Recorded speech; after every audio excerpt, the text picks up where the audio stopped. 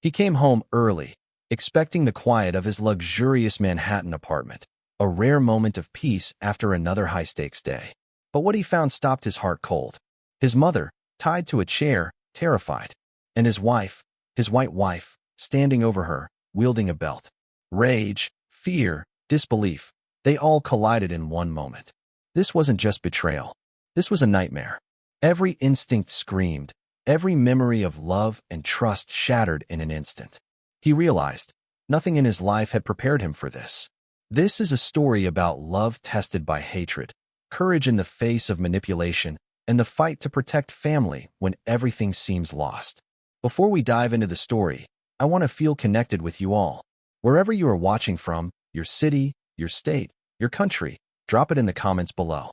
I want to know who is with me right now as we experience this intense journey together. Every comment matters, and I read them all. Dorian Mercer, 32 years old, brilliant, disciplined, and born into a life he built with his own hands, stepped into his Washington, D.C. mansion earlier than anyone expected. His plane had landed 4 hours ahead of schedule, and he wanted nothing more than to surprise his mother with dinner and collapse into bed after a brutal week of negotiations. The house was silent at first, too silent for a home that usually hummed softly with his mother's favorite gospel playlist. Dorian paused in the foyer, frowning at the faint echo bouncing through the high ceilings. Something felt wrong before he even understood why. Then he heard it. A muffled cry. A woman's voice, older, trembling. His heart jumped painfully. "Mom." He dropped his suitcase and rushed down the hallway, each step louder than the last. The cry came again, sharper this time, filled with fear. He shoved open the living room door and froze so hard it felt like the world stopped breathing. There was his mother, Marina Mercer, tied to a chair with a scarf around her wrists. Her face was tight with panic, her eyes glossy with tears.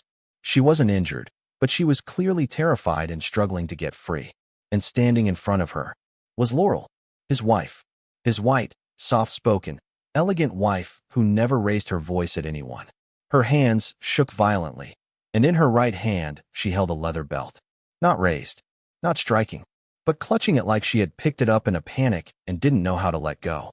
Laurel's face whipped toward him the second the door slammed against the wall. "Dorian, wait, this isn't what it looks like." His mother shook her head desperately. "Don't listen to her. She's lying." Dorian's chest tightened. His thoughts clashed in a sharp, dizzying storm. He looked from his mother's trembling form to his wife's tear-soaked face, searching for sense in a moment that made none. "What happened here?" he demanded, his voice deeper than he intended. Laurel stepped forward, belt dropping onto the carpet with a dull thud.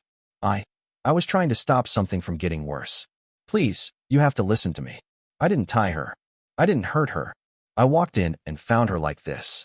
His mother cried out, "She's lying. She planned this. Dorian, she's not who you think she is." Laurel shook her head aggressively. "Your mother has been hiding things from you. I swear I walked in and tried to help. Please listen to me." Dorian felt his pulse pounding in his ears. He didn't know where to step, who to untie, who to believe, or what nightmare he'd just walked into. The air felt thick, like betrayal and fear were battling for oxygen. Before he could speak again, his phone buzzed sharply in his pocket. A single text from an unknown number lit up the screen. "Ask her about last night."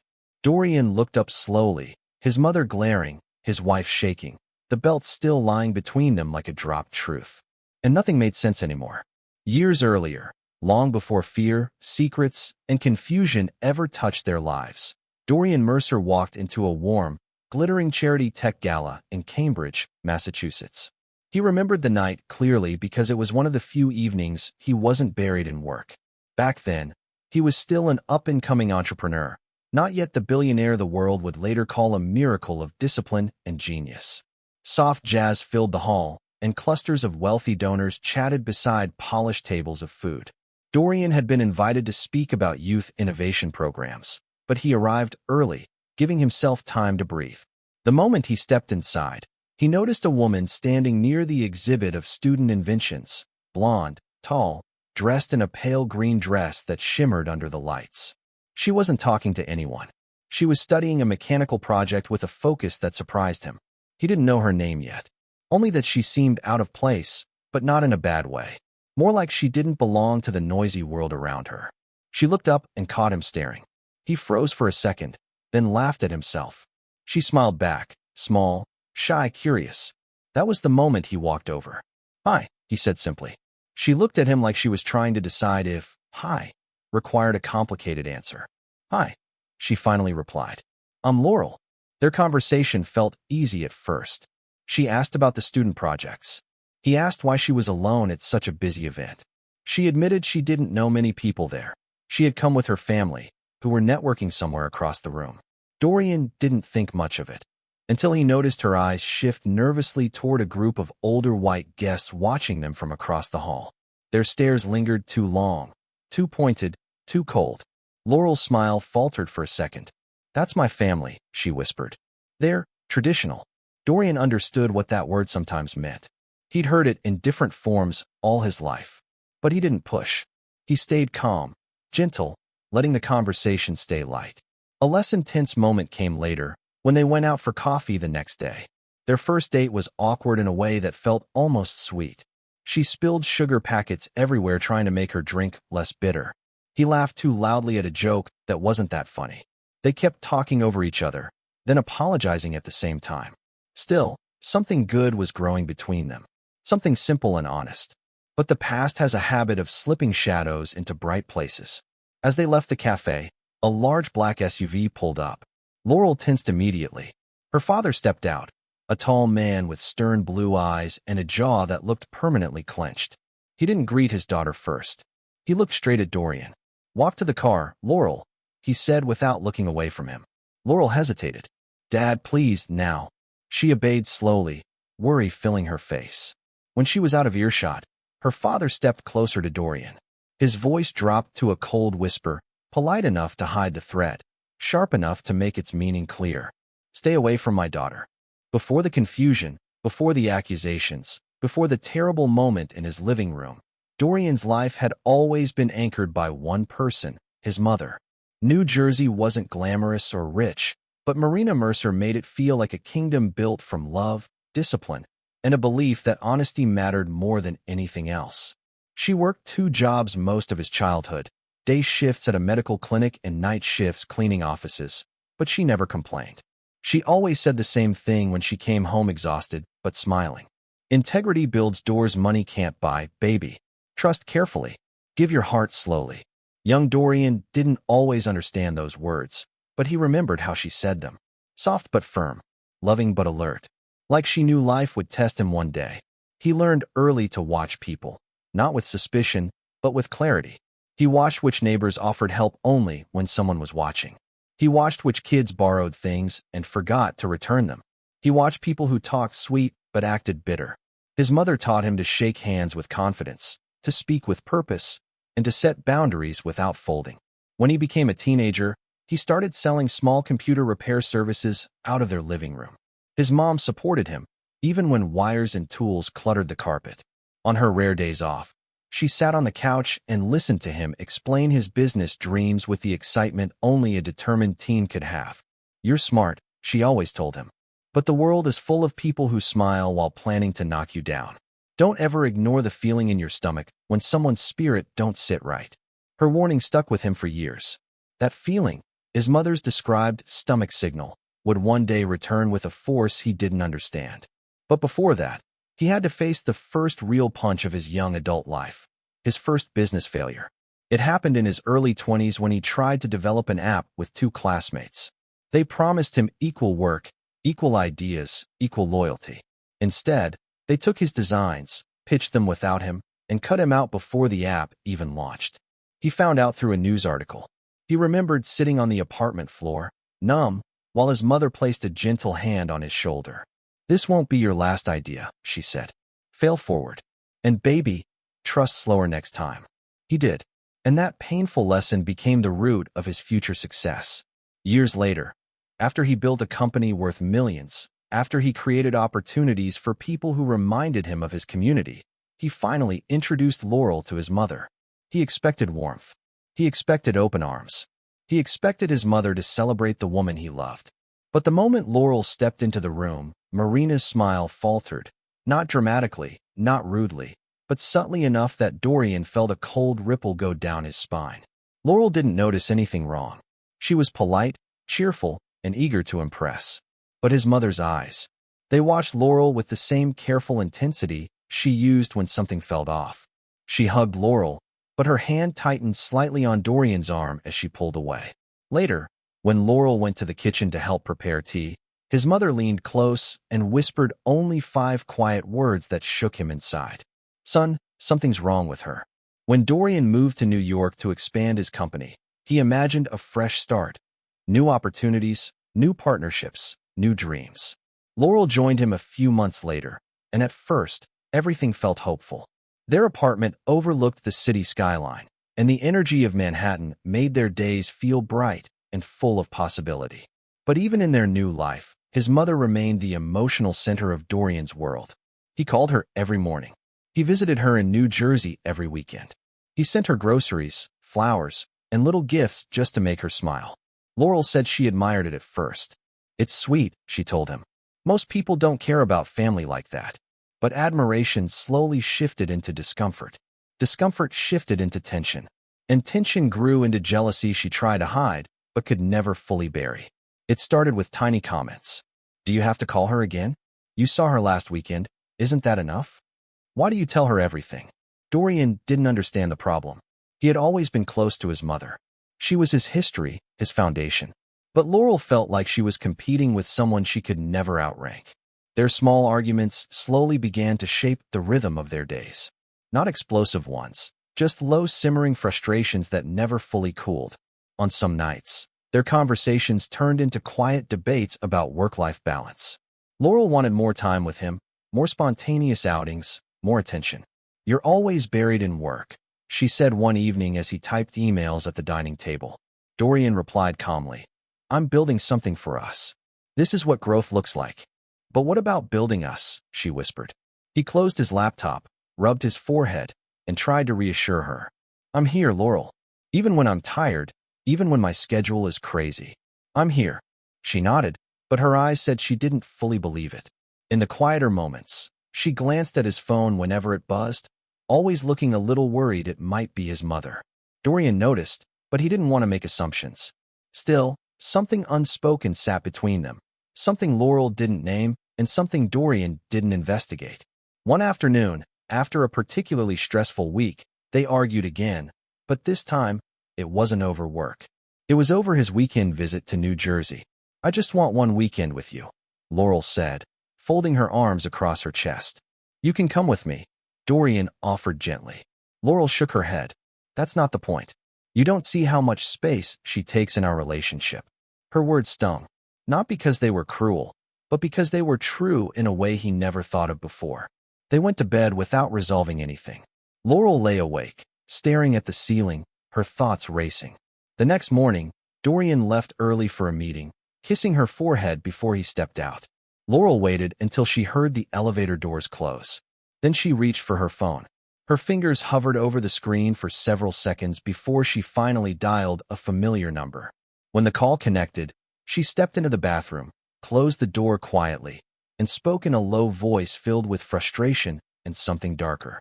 "We need to talk about his mother." In the months that followed, the air in Dorian's life changed. Nothing dramatic at first, just tiny shifts, like the temperature dropping without anyone noticing until their breath clouds in the air. Laurel wasn't the same woman he met at the gala. She was sharper around the edges, quicker to defend herself, slower to apologize. It began with small lies. Things that didn't make sense. She'd say she went to the gym, but her bag never moved from the closet. She'd claim she spent the afternoon reading, but her streaming history showed hours of TV. She'd say she didn't mind him visiting his mother, yet her mood darkened every time he mentioned it. Dorian never confronted her directly. Instead, he watched, quietly, thoughtfully, not because he wanted to catch her doing wrong, but because the changes in her spirit rang like faint alarms in his mind. His mother's warnings whispered louder every day, and the tension between Laurel and Marina was no longer subtle. They were polite in front of him, but cold in a way he could feel even from another room. Laurel's smile tightened whenever Marina offered advice. Marina's eyes narrowed whenever Laurel spoke too sweetly. There was a quiet war happening, and Dorian was the battlefield. One weekend, hoping to ease the tension, Dorian invited two of his closest friends over for dinner, Rowan and Elise. People he trusted. People who had seen him through his early business struggles. He thought maybe welcoming Laurel into a circle she didn't know well would make her feel supported. But the evening slid sideways almost immediately. Laurel kept interrupting Marina, correcting harmless details, laughing too loudly at remarks that weren't jokes. When Elise complimented Marina's cooking, Laurel shot back, "Well, I helped too," even though she hadn't stepped foot in the kitchen. Rowan shot Dorian a look across the table, a gentle but unmistakable "You okay?" Dorian forced a smile he didn't feel. The room felt tight. His appetite disappeared. By the end of the night, Laurel had retreated into stiff silence, while Marina washed dishes alone, her expression thoughtful and sad. Later, as Dorian walked his friends out, Elise pulled him aside. "She's different," she whispered carefully. Dorian swallowed hard. "I know." That night, the apartment felt unusually quiet. Laurel claimed she had a headache and went to bed early. Dorian stayed awake for a while, scrolling through work emails but unable to focus on any of them. Something kept tugging at him, urging him to check on his mother. He drove to her house the next morning without telling Laurel. He brought breakfast, sat with her on the porch, and listened as she spoke about nothing in particular. She didn't badmouth Laurel. She didn't stir drama. She just asked, very softly, "Are you watching her actions or her words?" He didn't have an answer, but he carried her question home with him like a weight. The next week, the simmering tension reached a boil he never saw coming. One evening, Dorian returned home earlier than planned from a company event. Laurel didn't hear him come in. He stopped when he heard voices, one sharp, one pleading. He followed the sound down the hallway, heart pounding. The voices grew clearer. It was Laurel and his mother. Marina's voice trembled. "Please, just calm down." Laurel snapped back, voice raised, sharp and angry in a way he had never heard from her before. "Stay out of our marriage. Do you understand me?" Dorian froze just outside the doorway, shock freezing him in place as he listened to Laurel yell at his mother, the woman she always pretended to respect.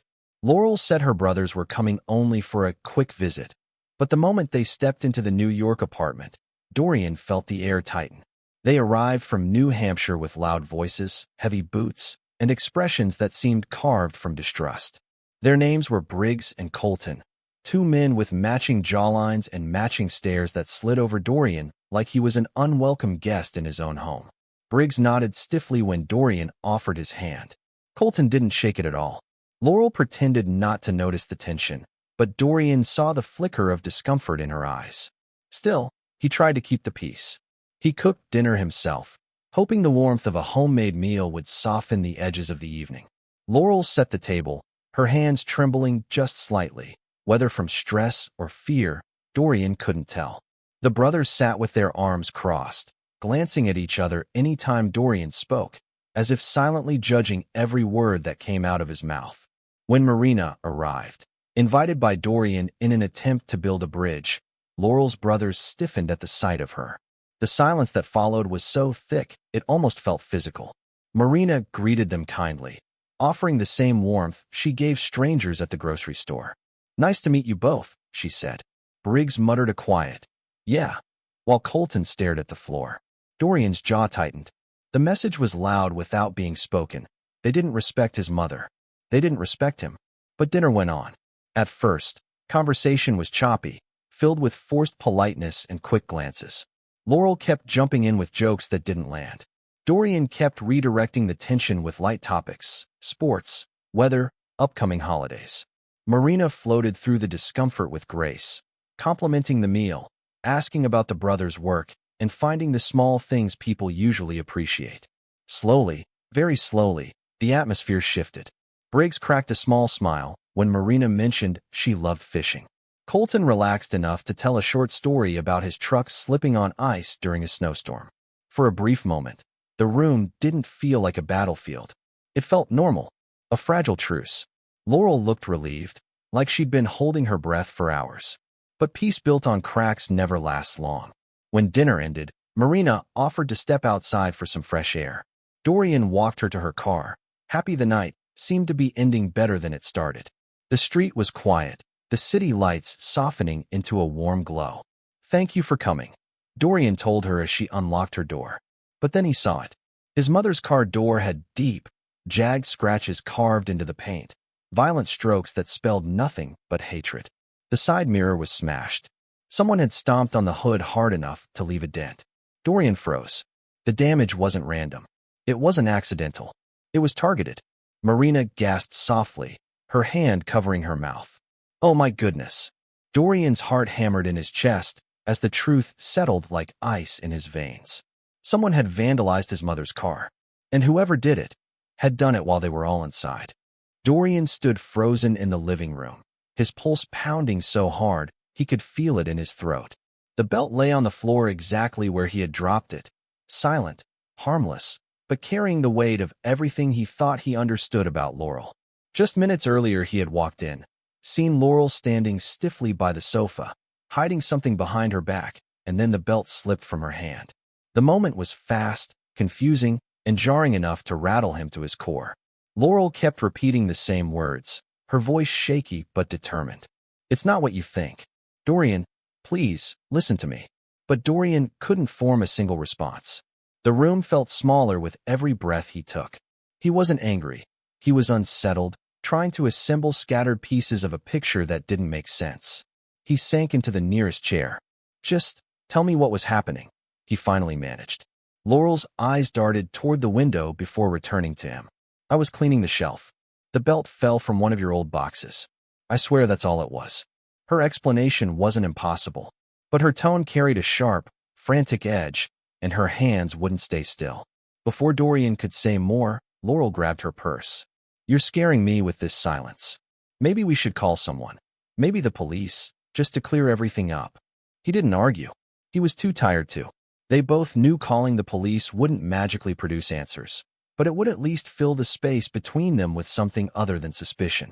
When the officers arrived, the situation became exactly what Dorian expected: confusing, calm, but tense, with the officers trying to understand a story neither he nor Laurel could explain cleanly. Nothing violent had occurred. No one was hurt. It was simply an uncomfortable domestic argument that left everyone talking in circles. Laurel kept insisting it was all a misunderstanding. Dorian kept saying he wasn't accusing her of anything. And the officers, doing their job, eventually left after reminding them to give each other space, communicate, and call again if anything changed. The house felt even quieter after the door closed behind them. Laurel stood at the center of the room, arms wrapped around herself. "I don't know how we got here," she whispered. "Why do you look at me like I'm a stranger?" Dorian didn't answer immediately. He wanted to be gentle, but honesty pressed on him like a weight. "Because I don't know what's real anymore. You've been hiding things. Small things. But they add up." Laurel's eyes filled, though she blinked the tears back quickly. "You're imagining it." "Maybe," he said softly. "Or maybe I'm finally seeing something I should have seen before." Before she could respond, his phone buzzed. A message from an unknown number. Just 4 words, but they chilled him instantly. "Ask her about last night." Dorian stared at the screen, breath caught midway in his chest. The room felt colder, Laurel felt distant, and the silence between them grew sharper. He slowly turned the phone so she could see the message. Laurel's face drained of color. Laurel stood in the hallway, her hands clasped tightly together, staring at nothing. The anonymous text still lingered in Dorian's mind, its meaning sharp and intrusive. But before he could ask anything else, Laurel spoke first, quietly, as if the words had been stored inside her for years. "I haven't been honest with you," she said. "Not because I wanted to lie, but because I didn't know how to handle everything happening behind me." Dorian leaned against the wall, shoulders tense. "What pressure are you talking about?" Laurel swallowed. "My family. They call me constantly. They still think I made a mistake being with you. They don't say it openly anymore, but the tone never changed." Her voice cracked softly. "It's been exhausting trying to keep the peace." Dorian blinked slowly. The news wasn't surprising, not really, but hearing her admit it openly shifted something in his chest. "You could have told me." "I was scared," she whispered. "Because whenever I brought up my family, you got quiet, and I didn't want to add more weight." Silence settled again, but it wasn't empty this time. It was heavy with old memories Dorian had pushed away, the kind that shaped everything. His mind drifted to the day he first met Laurel's mother.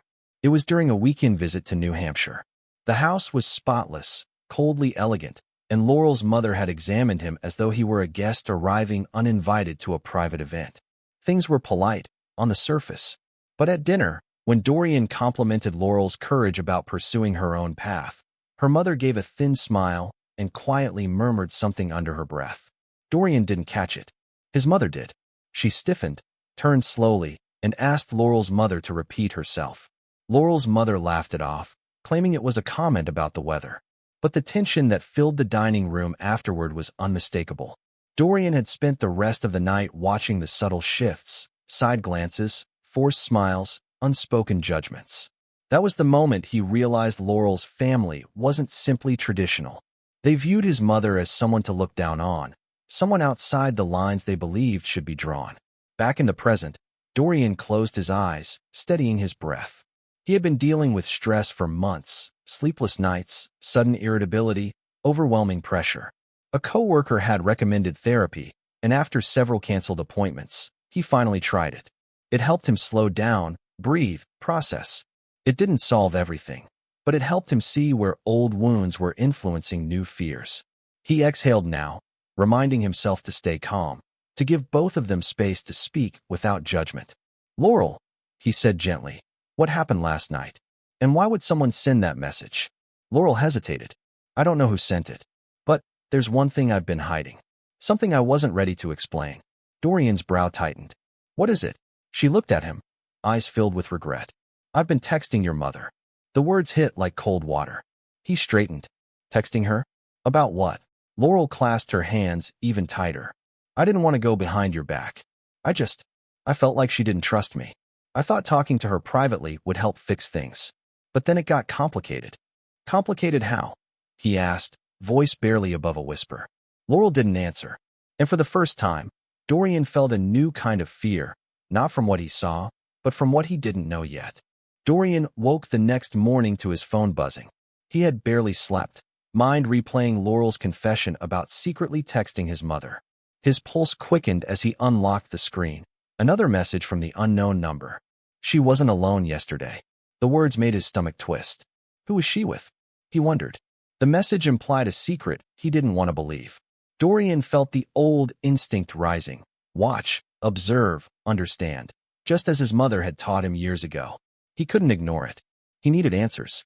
He called his mother, trying to sound casual, but every word he spoke was heavy with suspicion. She laughed softly at first, unaware of the undercurrents. Then, after he asked about Laurel's visit the day before, the hesitation in her voice made his heart clench. She came by earlier than she told you," Marina said carefully. "I didn't think it mattered, but I suppose it does now." Dorian's mind raced. Laurel had lied, or at least, hadn't told the whole truth. That small omission suddenly felt like a deep crack in the foundation of everything he trusted.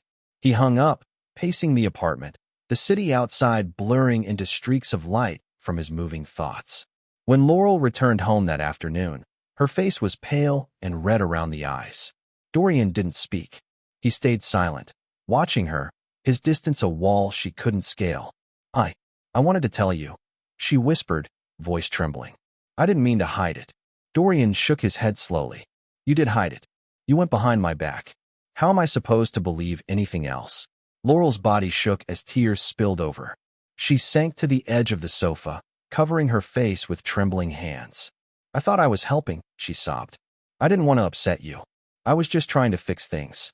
He watched her, torn between anger and pity, unsure if he could ever look at her the same way. Hours passed, filled with tense silence. Dorian checked the apartment, searching for anything else that might explain the inconsistencies.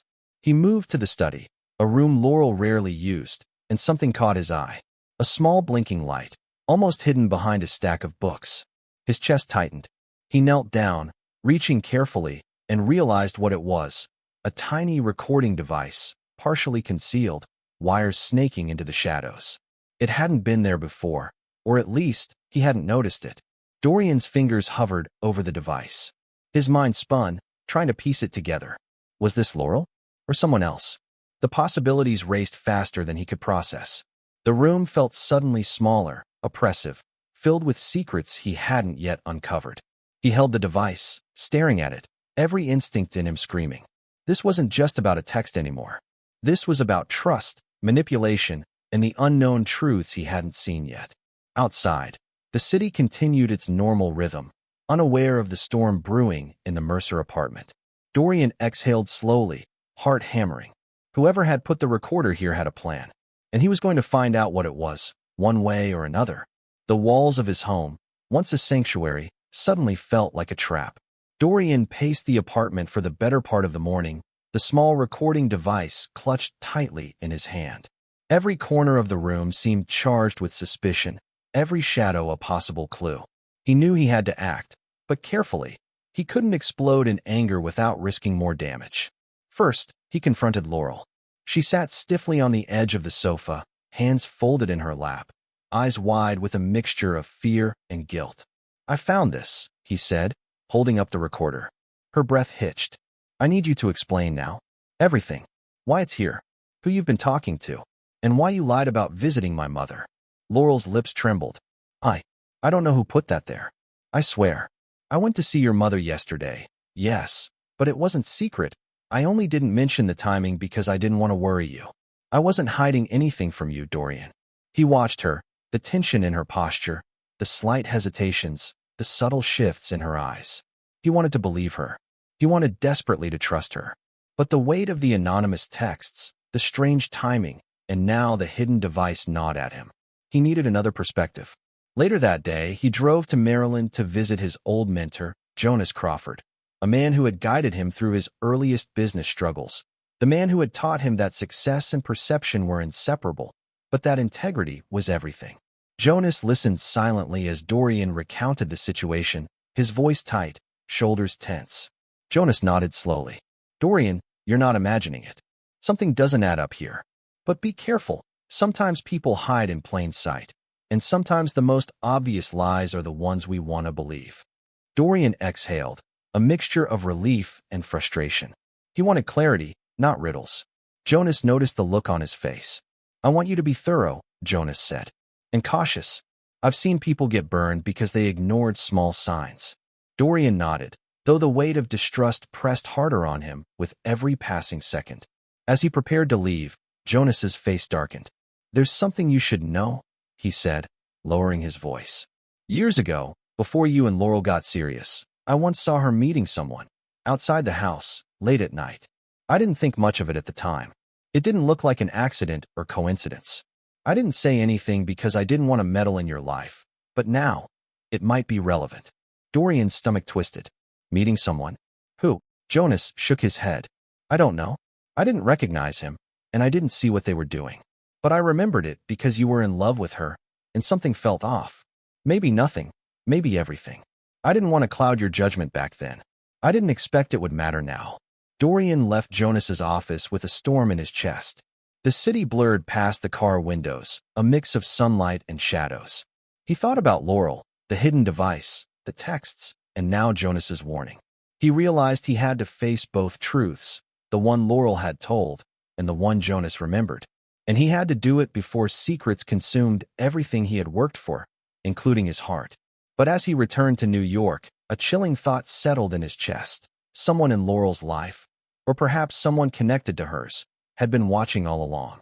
And Dorian knew, with a sharp certainty, that the truth was coming for him.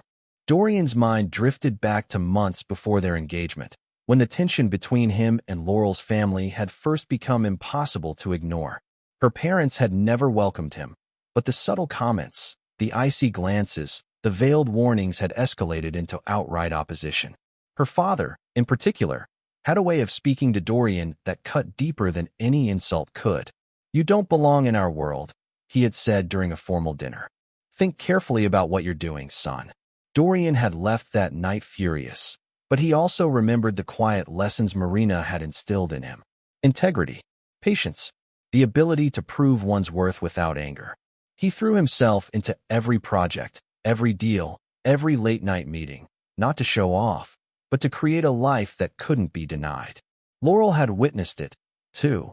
The long hours, the battles fought silently, the small victories that built their future brick by brick.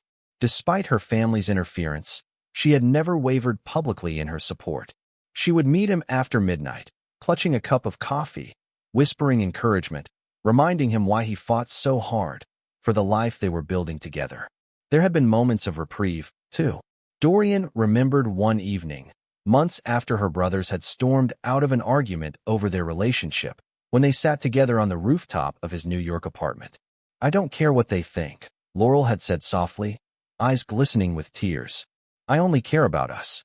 He had pulled her close, letting the city lights wrap them in a fragile, shimmering bubble. For a few hours, the outside world didn't exist. They laughed quietly, shared secrets, and imagined a future untouched by suspicion or judgment. It was fleeting, but it reminded Dorian why he continued to fight. Returning to the present, though, he felt the weight of everything that had been hidden pressing down on him. Trust had become fragile, each secret a wedge between them. He had hoped that by now, with their history and shared struggles, he could move past suspicions. But something new had surfaced, something tangible and alarming. Late that evening, as he reviewed recent financial statements for work, a notification caught his eye. It was from Laurel's bank, an account Dorian had never known existed. A quick glance revealed transfers, some large, some small, to unknown recipients, all hidden from him. His pulse spiked. Questions collided in his mind. Why wouldn't she tell me about this? Was it connected to the mysterious texts? To the recording device? He sank into the chair, the weight of betrayal pressing against his chest. His history with Laurel, the shared triumphs, the stolen moments of laughter and connection, all of it felt suddenly fragile, as if one false move could shatter it completely. He picked up his phone to confront her, but hesitated. Anger burned at the edges, but deeper was confusion. He didn't know the truth yet, only that the secrets were piling up faster than he could sort through them. And somewhere in the shadows of their life together, a plan was unfolding, carefully orchestrated, one that he was only just beginning to understand. The room felt colder than the city night outside. Dorian knew that discovering the account was not the end. It was the beginning of something far more dangerous, a truth that could change everything he believed about Laurel, her family, and even himself. Dorian waited until Laurel returned home that evening. The apartment felt tense, charged with the unspoken questions that had been building for weeks. He stood near the kitchen, arms crossed, watching her unpack her bag. The sight of her, normal and casual, contrasted sharply with the storm raging inside him. "I know about the account," he said finally, his voice low but steady. Laurel froze mid-motion, her eyes flicking toward him. What do you mean?" she asked, masking panic with calm. Dorian held her gaze. "Don't lie to me. I saw it. Transfers, unknown recipients, hidden from me. I trusted you, Laurel. Why are you hiding this?" Her face paled. For a moment, it seemed as if she might crumble. Then she straightened, drawing in a deep breath. "Dorian, it's not what you think. I did it for protection." "Protection?" he repeated, incredulous. "Protection from what? From who?" She hesitated, then spoke slowly, carefully choosing each word. "From people who might try to hurt us. From my family. From outsiders who could take advantage of us. I didn't want to drag you into it because I knew you'd worry. I thought I could handle it on my own." Dorian shook his head, frustration and disbelief tightening in his chest. "You didn't handle it on your own. You hid it from me. Do you know how that feels?" "I know," she whispered, voice breaking slightly. "And I'm sorry. I thought I was protecting us both, but I see now that I only made things worse." The silence that followed was heavy, filled with the tension neither wanted to break.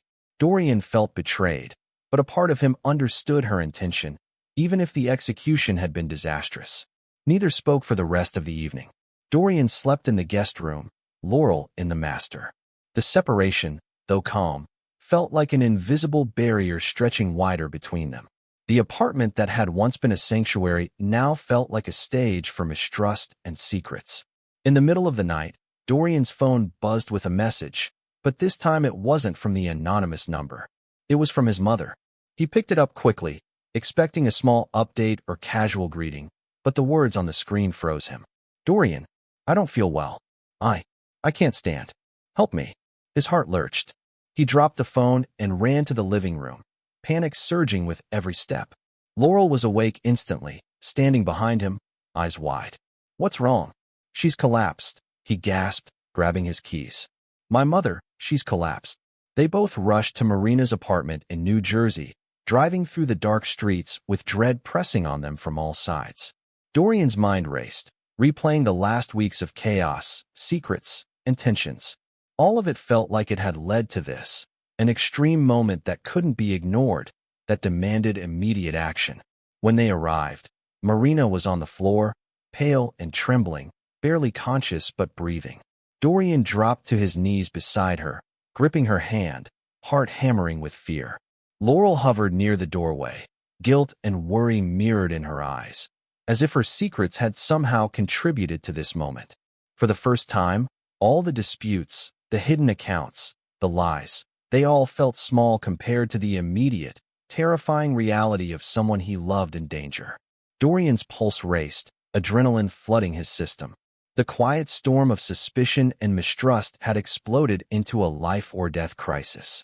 And in that instant, he realized that nothing would ever be the same again. Dorian barely remembered the drive back to New York. His hands gripped the steering wheel so tightly his knuckles whitened. Marina was in the passenger seat, unconscious, her breathing shallow. Laurel rode beside him, silent, her eyes wide with worry and guilt. The city lights blurred past, streaks of yellow and red smearing across his vision as panic gripped his chest. Once inside the emergency entrance, the paramedics took over. Dorian followed closely, heart hammering, refusing to let go of his mother's hand. He felt powerless in a way he hadn't felt since his earliest failures, long before wealth or status had given him any sense of control. In the hospital waiting area, Dorian paced, Laurel sitting stiffly beside him, her hands twisting nervously in her lap. He couldn't shake the feeling that every secret, every lie, every hidden account had built up to this moment. He wanted answers, but all that mattered right now was her survival. Hours felt like days. The fluorescent lights above the waiting room buzzed faintly, and the antiseptic smell made his stomach churn. Finally, a doctor approached, holding a clipboard. Mr. Mercer? The doctor asked. Dorian jumped to his feet. Yes. How is she? Is she going to be okay? The doctor nodded, a small reassuring smile on his face. She's stable. The collapse was caused by extreme exhaustion and stress, nothing immediately life-threatening. With rest and monitoring, she should recover fully. Relief washed over Dorian like a wave, though it was shaky and incomplete. He sank into the nearest chair, exhaling for the first time in hours. Thank God, he muttered, fingers pressing against his forehead. Laurel reached out, placing her hand gently on his arm. She's going to be okay, she said softly, but her voice carried an unfamiliar weight. Dorian glanced at her, searching for sincerity, but something in her expression unsettled him. It was as if she held pieces of a puzzle he wasn't allowed to see yet. The doctor continued. There is something I should mention, he said carefully, lowering his voice so only Dorian could hear. Before she collapsed, Ms. Laurel, your wife, mentioned a series of unusual stressors. She described situations and interactions that seemed inconsistent with the history she was providing us. It wasn't alarming medically, but it raised questions about how much she was fully disclosing. Dorian froze. His pulse spiked again, adrenaline coursing through him. The words hit like ice. What do you mean? He asked sharply. Well, the doctor continued. She told us certain things that didn't line up with your mother's reported activities. It wasn't life-threatening, but it was unusual enough that we noted it in her chart. Dorian's mind raced, connecting dots, spinning faster than his thoughts could keep up. Laurel had been hiding things. He already knew that. Secret bank accounts, visits to his mother, mysterious texts. Now even the doctors were noticing discrepancies. Laurel shifted uncomfortably beside him. Dorian's gaze locked onto hers. What exactly did you tell them? He demanded, voice low but hard. She didn't answer immediately, eyes dropping to her lap. Her silence screamed volumes he wasn't ready to hear. For the first time, Dorian realized just how deep the web of secrets had grown, and that even in a hospital room meant for healing, danger and deception were still very much alive. And somewhere in the back of his mind, a chilling thought formed. If Laurel's words had been inconsistent here, what else had she hidden? Laurel sat alone in the quiet hospital room, the hum of machines filling the air. Marina slept peacefully in the next bed, recovering steadily, But Laurel couldn't find rest. Her mind replayed years of subtle manipulation, the kind that started long before she had met Dorian. Her mother's words were still clear, echoing in her head. Remember who you are, and never let anyone take advantage of our family. Protect yourself first. At first, Laurel had thought they were just motherly warnings, cautious advice to navigate life. But as she grew older, the tone had shifted. Small jabs, careful criticisms, and endless insinuations that anyone outside their bloodline couldn't be trusted. She learned to cover up, to hide inconvenient truths, to bend reality to avoid conflict at home. By the time she met Dorian, those lessons were already ingrained. She loved him deeply, more than she had ever loved anyone. Yet she carried this invisible weight, a history of fear and caution. The guilt of hiding the secret bank account, the visits to Marina, even the texts. It wasn't that she wanted to deceive Dorian. She had been trapped by old fears and the need to protect herself, though ironically, it had only created more danger. When Dorian returned to the hospital after dealing with work, Laurel finally faced him. Her eyes were red, her hands shaking. "I need to tell her the truth," she whispered, nodding toward Marina. Dorian gave her a sharp glance. "Now? Are you sure?" "Yes," she said. "I can't keep this weight anymore. I owe her that much." Laurel approached Marina's bedside, voice soft and trembling. She paused, taking a deep breath. "I'm sorry for not being fully honest, for making things more difficult. I never wanted to hurt you or Dorian. I didn't know how to manage everything with my family and my own fears." Marina opened her eyes, studied her carefully, then nodded slowly. "Thank you for saying that," she said gently. "I appreciate honesty, even if it comes late. We all make mistakes. What matters is learning from them." For a fleeting moment, Laurel felt the crushing weight lift slightly. Dorian, standing nearby, observed quietly, a mixture of relief and lingering tension on his face. She dared to hope the tide might finally turn. But that hope was fragile. Later that evening, Dorian returned to the apartment to sift through his records, emails, and notes from the past weeks. Laurel had confessed much, but something still didn't add up. Transactions, texts, and subtle inconsistencies emerged like scattered puzzle pieces. A deposit here, a message there, and a log of a meeting neither had mentioned. It painted a story that didn't match what Laurel had admitted. Dorian's chest tightened. He realized that even though Laurel had confessed her secrets, the full truth still hadn't surfaced. Someone, maybe Laurel, maybe someone else entirely, was still hiding something. He stared at the files spread before him, the glow of the laptop casting shadows across his face. The pieces of the puzzle were there, but the image was still distorted. And with each passing moment, he felt the invisible thread pulling tighter. The realization that this story, this life, was far from over. Someone was still lying. Dorian leaned back, jaw tight, mind racing. He didn't know who it was yet, but he knew one thing. The next revelation would change everything. Dorian spent the next morning reviewing the security footage from his apartment and Marina's house. The small blinking cameras, which had always seemed like a minor precaution, suddenly became his only window into the truth. He scrolled frame by frame, eyes narrowing as he watched familiar routines, deliveries, dog walkers, neighbors, but he paid attention to every movement, every shadow. It wasn't long before he noticed anomalies. Small things at first. The door slightly ajar when Laurel said she hadn't arrived yet, a brief shadow moving across the hallway. He paused, rewound, slowed the video. The details were subtle, almost invisible, but Dorian's instincts told him something was off. He decided to expand his investigation. Over the next few hours, he walked through the neighborhood, asking quiet, careful questions of the neighbors. "Did you notice anything unusual?" he asked an elderly woman who lived next door. She thought for a moment. "Well, there was a small argument a week ago," she said, voice low. "I think it was two women, don't know who exactly, but it sounded tense. I didn't hear much after that." Dorian thanked her and made notes. Small details could be pieces of a larger puzzle, and he wasn't about to ignore anything. He checked with a young man who walked his dog past the apartment daily. Nothing strange, just the usual. The man shrugged, unaware of the weight his casual observations might hold. Back at his apartment, Dorian returned to the security footage. He replayed the day Laurel had supposedly visited his mother.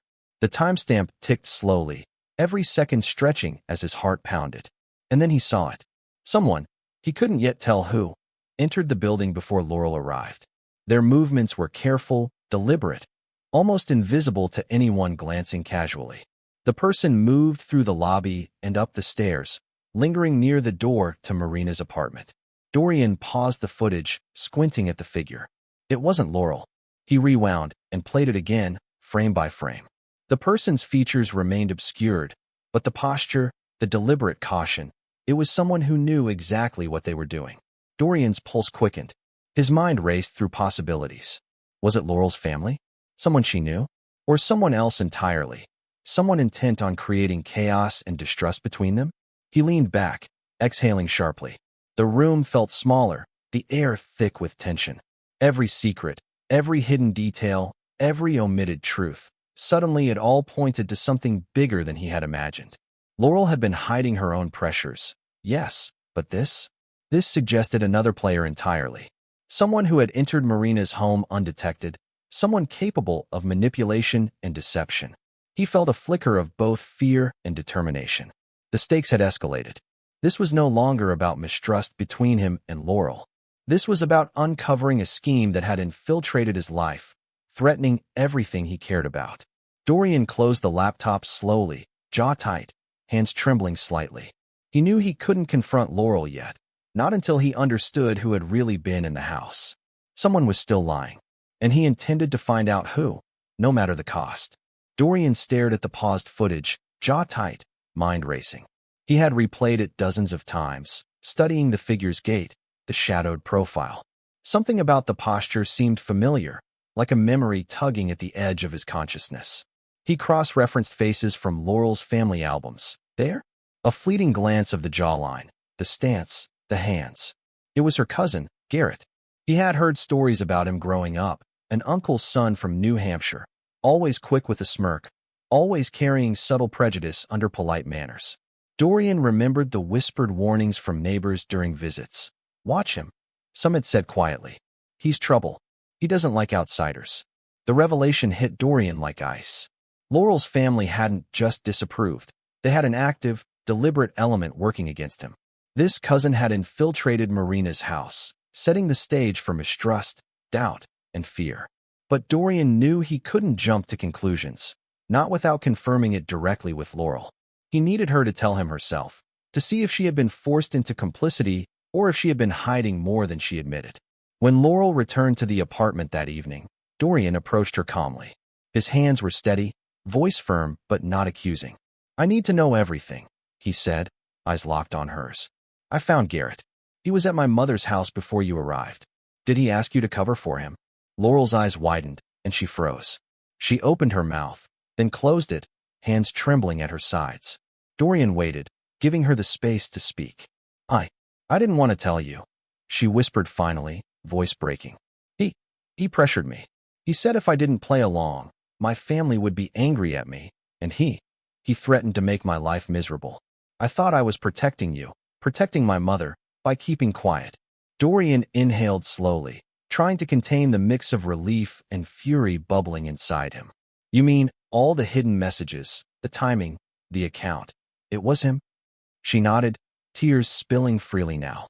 Yes, I didn't want to lie to you, Dorian, but I didn't know another way. I thought if I stayed quiet, nothing worse would happen. I wanted to fix it all myself, but it got out of hand. I didn't mean for any of this to happen. Her voice cracked, and she sank to the floor, sobbing openly. Dorian crouched beside her, not touching her yet, just letting the raw emotion fill the room. The apartment felt heavy with truth, with the weight of secrets finally surfacing. I should have told you, she continued between sobs. Everything, the texts, the visits, the account. I thought I was protecting us, but I only made things worse. I was scared of him, of my family, of losing you. Dorian's heart ached, torn between the anger at the deception and relief that the mystery had a face, Garrett, and a motive. The manipulations, the hidden accounts, the intrusions into Marina's home, it had all been orchestrated by someone with malicious intent, someone he could now focus on stopping.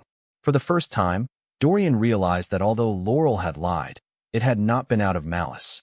She had been trapped in a web of fear, manipulation, and family loyalty, and now it was all exposed. But even with the truth revealed, one thought lingered ominously in Dorian's mind. If Garrett was bold enough to infiltrate their home, what other plans had he set in motion? Laurel sank into the couch, her hands pressed against her face. Dorian stayed silent, letting her gather the courage to speak. The apartment felt heavy, suffused with the aftermath of truths finally revealed. They made me feel trapped, Laurel whispered, voice trembling. Garrett, my family, they weren't subtle. It wasn't just disapproval, it was threats, constant pressure. I didn't know how to resist without losing everything. I thought if I kept quiet, nothing would escalate, but it only got worse. Dorian listened intently, jaw tight. Every word stitched together the confusing web of secrecy he had been unraveling for weeks. They threatened you? He asked carefully. She nodded, eyes brimming with tears. They said if I ever spoke openly, if I ever told anyone, my family would cut me off. They would make sure I regretted it. They said they didn't approve of us, that you didn't belong, that I was making a mistake. And Garrett, he took it further. He orchestrated visits, messages, everything to make me afraid, to control me. Dorian's chest tightened. Rage rose, but he forced himself to stay calm. He reached for her hand, squeezing it gently. Laurel, I understand now. I see why you were afraid. I see why things spiraled. She shook her head. I didn't want to lie, Dorian. I loved you. I still do. I thought hiding some things would keep us safe, but I see now it only created more pain. For you, for your mother, for me. Dorian nodded slowly, feeling the mix of relief and lingering tension.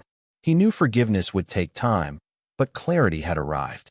Later, he visited Marina, checking in on her condition.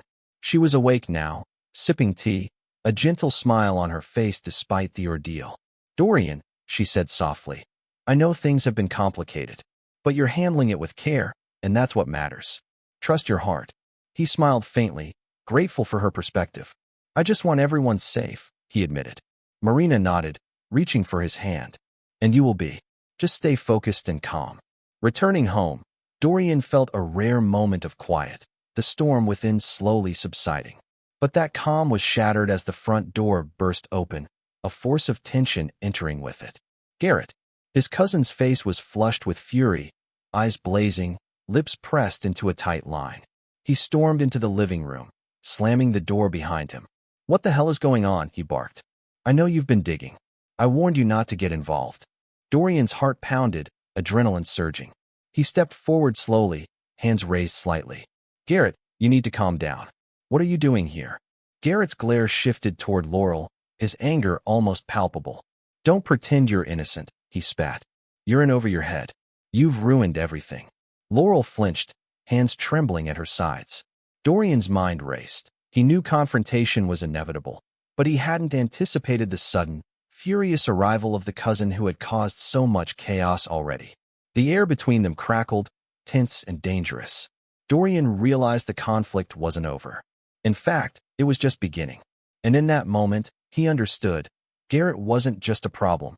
He was a storm, and it had just walked through their door. Dorian stepped forward, his body a shield between Laurel and her enraged cousin. Garrett's fists were clenched, teeth gritted, and Dorian could feel the raw, volatile energy radiating off him. Garrett, Dorian said firmly, voice low and controlled. Step back. This ends now. Garrett sneered. You think you can stop me? I've been cleaning up your messes for months. And now you're meddling where you don't belong. Laurel's hands shook, but she found her voice, small yet resolute. Garrett, I'm done being afraid of you. I'm done letting you control my life. This ends here. Dorian's eyes softened on her. I've got you, he said, squeezing her shoulder. No one's hurting you, ever again. Garrett lunged suddenly, but before the confrontation could escalate further, sirens wailed outside. Dorian's careful glance toward the window revealed police lights flashing in the street. Garrett froze, his moment of rage interrupted. The officers arrived, stepping quickly into the apartment. Dorian explained the situation, detailing Garrett's intrusion and the prior manipulations. The police moved to secure the scene, keeping everyone calm. Garrett's fury turned to defensive bluster, but the law was now firmly in place. After the officers left, Laurel exhaled deeply, tears of relief streaming down her cheeks. "I can't do this anymore," she whispered. "I can't be tied to them. I'm done with my family controlling me, threatening me, manipulating me. I have to live my own life with you." Dorian pulled her close, letting her rest against his chest. The tension that had gripped them both for weeks began to dissolve, replaced with cautious hope. For the first time, it seemed like the chaos might finally be behind them. But Laurel's hands clutched his shirt tightly, and her voice dropped to a near whisper. "Dorian, there's still something I haven't told you." He pulled back slightly, searching her eyes. "What is it?" Her lips trembled. Something I've kept hidden. Not to hurt you, not to lie, but because I was afraid. Afraid of what it would mean for us, for Marina, for everything." Dorian's chest tightened. He wanted to be patient, to reassure her, but the tension of weeks of secrets and manipulation made it difficult to calm the storm of worry rising inside him. "You can tell me," he urged, voice steady but urgent. "Whatever it is, we'll face it together. No more lies, Laurel. Not now. Not ever again." She nodded slowly, swallowing hard, tears pooling in her eyes. "I promise. I'll tell you. But you have to listen carefully, and you have to understand why I did it." Dorian's heart pounded, knowing that whatever came next could change everything. The apartment, once a battleground of secrets and fear, now felt like the stage for the final revelation. He braced himself, knowing the truth Laurel had hidden could either destroy their fragile peace or finally set them free. And as she began to speak, Dorian realized that the hardest chapter of their story was only just beginning. Laurel took a shaky breath, sitting across from Dorian in the quiet of their apartment. The city outside hummed softly, a muted contrast to the storm of emotions inside. She held her hands together, knuckles white, and finally spoke. "There's one last thing," she whispered. "Something my mother sent me before everything went wrong." Dorian leaned forward, tension taut in his shoulders. "What is it?" Laurel's lips trembled. "A message, a letter. She said it was meant to make me act against you, against your mother. She told me to plant seeds of doubt, to make you think your mother was unreliable, dangerous, untrustworthy. She wanted me to ruin our relationship from the start." Dorian's chest tightened, a mix of shock and anger coursing through him. He had known Laurel's family had been manipulative, but this was deliberate, venomous. "I didn't send it," Laurel continued, tears spilling freely. "I destroyed it the moment I saw it. I didn't want to hurt anyone. I wanted to protect you and your mother. That's why I hid the things I did, because I was trying to control the chaos she created before it destroyed us." Dorian sat back, taking in her words. His heart ached with the betrayal, but also softened with the understanding that Laurel had been trapped in her mother's shadow for years, struggling to navigate threats she had no power over. After a long pause, he reached for her hand, squeezing it gently. I believe you," he said slowly. "I know now that you weren't trying to betray me. You were trying to protect us both. I can accept your apology, Laurel, but I need time. I need to trust again." She nodded, leaning into him, a fragile mixture of relief and sorrow etched on her face. "I'll do whatever it takes to rebuild that trust," she whispered. "I love you, Dorian. I've always loved you." The tension in the room eased slightly, though a cautious edge remained. The web of manipulation, lies, and secrets had been untangled, but the consequences lingered like shadows. Dorian knew he had to tread carefully, for the sake of both his heart and his family. Just as the moment seemed to settle, his phone buzzed. Dorian glanced at the screen. It was his mother. A wave of unease swept over him. She had been silent for much of the chaos, recovering and observing, but now she wanted to speak alone. He stood, concern etched in his features, and dialed her number. Marina's voice was soft but urgent. "Dorian, I need to tell you something about Laurel," she said, her tone carrying the weight of something significant. Dorian's stomach tightened. His mind raced through every revelation so far. The hidden account, the threats, Garrett's interference, Laurel's confessions. And now, after all they had survived, his mother was holding one final piece of the puzzle. He exhaled slowly, bracing himself. "Okay, Mom, I'm listening." The room seemed to hold its breath, the calm before the storm. Whatever Marina was about to reveal would change everything, perhaps heal the final wounds, or cut even deeper into the fragile peace they had fought so hard to achieve. Dorian gripped the phone tightly, heart pounding, knowing that the last truth was about to surface. Dorian gripped the phone tightly, listening to his mother's voice, steady but carrying an edge of wisdom and experience. "Dorian, I need you to understand something," Marina began. "For months, I sensed danger, not just to you, but to Laurel as well. I knew Garrett was planning something, and I needed to see where Laurel's loyalty truly lay." Dorian's pulse quickened. You set up a test?" "Yes," Marina admitted softly. "I never meant to hurt her, only to protect you both. The belt incident, it wasn't what it seemed. Garrett orchestrated it, trying to make it appear that Laurel had attacked me. I knew something was off, so I stayed silent just long enough to observe. Laurel's actions, her care, her choices, they proved she was honest and committed." Relief and shock washed over Dorian in equal measure. His anger, the suspicion, the fear that had clouded weeks of his life. Finally, it began to dissolve. The nightmare that had gripped him was not what he had imagined.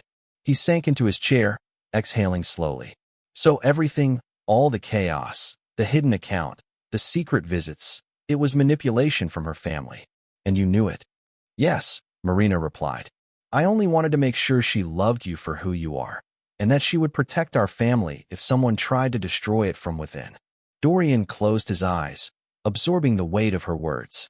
He felt gratitude, relief, and a new sense of clarity.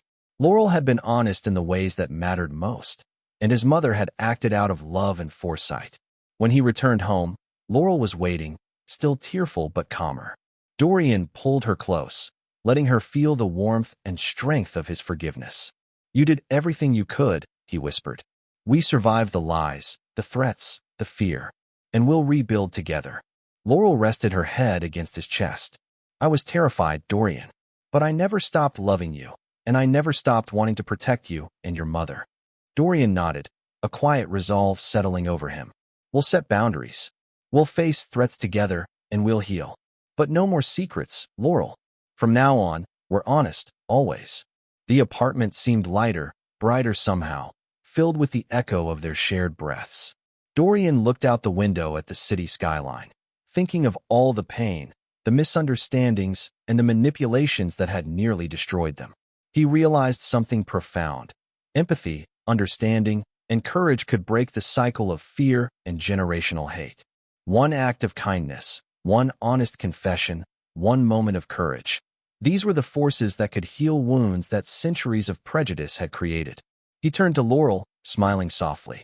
"We've grown stronger, and one day, maybe we can help others understand that love and empathy are more powerful than hate and lies." Laurel smiled back, tears of relief glistening. "Together," she whispered. Dorian faced the camera of life, as if speaking to the world beyond their walls. Life is full of secrets, betrayal, and unexpected tests, but how we respond defines us. Protect your heart, trust wisely, and always choose empathy over hate. And now, I want to hear from you. Comment below, where are you watching from? I want to know your story too. And with that, the storm finally passed, leaving only clarity, love, and the enduring promise of forgiveness.